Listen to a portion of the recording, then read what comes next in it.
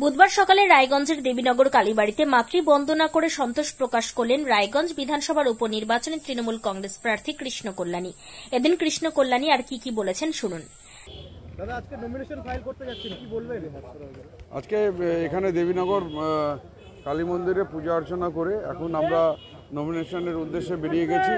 রাস্তায় পার্শ্ববর্তী মন্দিরে প্রণাম অর্চনা করে আমরা কর্ণজোড়ার লোকনাথ মন্দিরে লাস্ট প্রণাম অর্চনা করে আমরা ওখান থেকে পায়ে হেঁটে আমরা নমিনেশন দায়ের করব। আমরা আজকে খুব শান্তি শৃঙ্খলাভাবে যাতে লোকের কোনো অসুবিধা না হয়, আমরা আমাদের 27টি কোঅর্ডিনেটর রয়েছে আর কিছু আমাদের বুথ প্রেসিডেন্ট রয়েছে।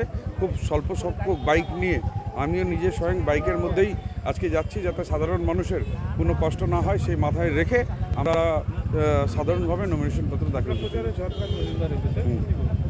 না, উনি আমাদের দলের সাধারণ সম্পাদক পশ্চিমবঙ্গের, তো আজকে উনি আসাতে নিশ্চিত আমার ঊর্জা বাড়বে।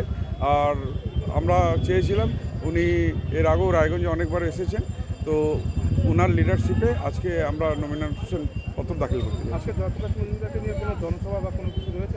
না, আজকে আমাদের অভ্যন্তরীণ মিটিং রয়েছে। আগামী দিনে আমরা যে নির্বাচন লড়ব, সেটা আমাদের মিউনিসিপ্যালিটির কোঅর্ডিনেটরদের সাথে একটা বৈঠক রয়েছে। পুরসভা থেকে ব্যাপক পরিমাণে বিজেপি লিড পেয়েছিল, সেখানে দাঁড়িয়ে পরিকল্পনার কোনো স্ট্র্যাটেজি বদল হবে কি?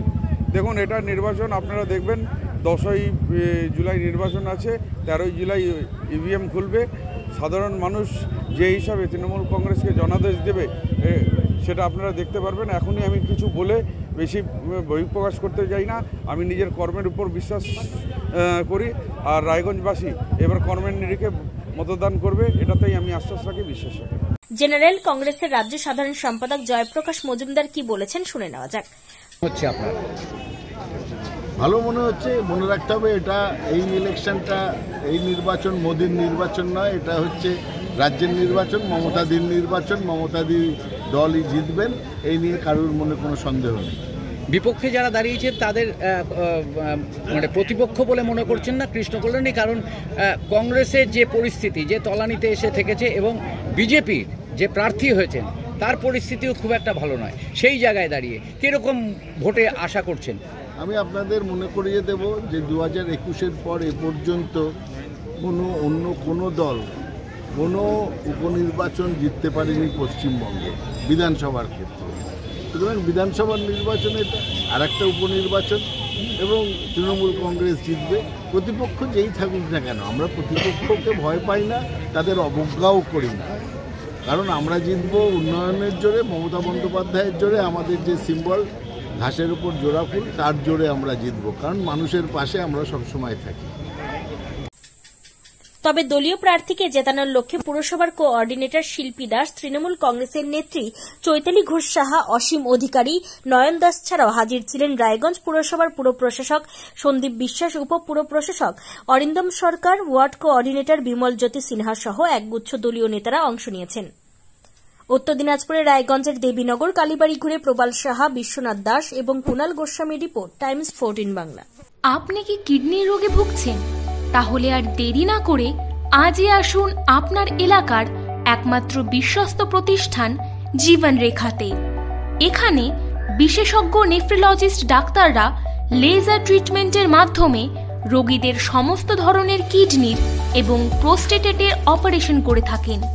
রোগী দেখছেন nephrologist doctor Arkaprava Chakraborty, SSKM hospital, Kolkata; doctor Sunil Kumar, Apollo hospital, Kolkata; doctor Pinaki Mukherjee, NRS hospital, Kolkata.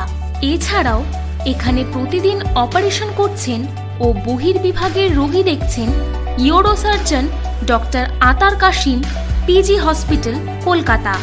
তাছাড়াও এখানে স্বাস্থ্যসাথী কার্ড ও ওয়েস্ট বেঙ্গল হেলথ স্কিমের সুবিধা রয়েছে। আমাদের ঠিকানা রায়গঞ্জ, উকিলপাড়া। বিশদে জানতে কল করুন 8373066655 অথবা 8373066644 এই নম্বরে।